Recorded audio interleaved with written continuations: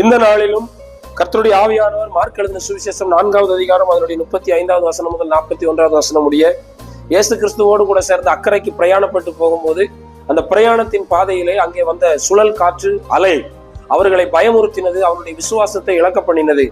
இயேசு கிறிஸ்து அந்த இடத்தில் ஒரு அற்புதத்தை செய்து, ஏன் பயப்பட்டீர்கள், ஏன் உங்களுக்கு விசுவாசம் இல்லாமல் போயிற்று என்று சொன்னார்.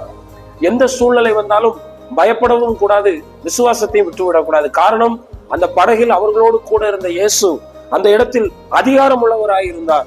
அந்த இடத்தில் எல்லா சூழ்நிலைகளையும் அதட்டி அடக்குபவராய் இருந்தார். மூன்றாவது, அந்த இடத்தில் இருந்த சூழ்நிலைகளை மாற்றி அமைதல் உண்டாக்குகிறவராய் இருந்தார். நான்காவது, அங்கே இருந்த நபர்களுக்கு நடுவிலே அவர்களை ஆச்சரியப்பட வைத்த தேவனாய் இருந்தார். எனவே அப்படிப்பட்ட தேவன் நம் வீட்டுக்குள்ளும் குடும்பத்திற்குள்ளும் இருக்கிறபடினால் எந்த சூழ்நிலைகளை பார்த்தும் பயப்பட வேண்டாம், விசுவாசத்தை விட்டுவிட வேண்டாம். கர்த்தர் நம்மை ஆசீர்வதிப்பாராக. ஆமென்.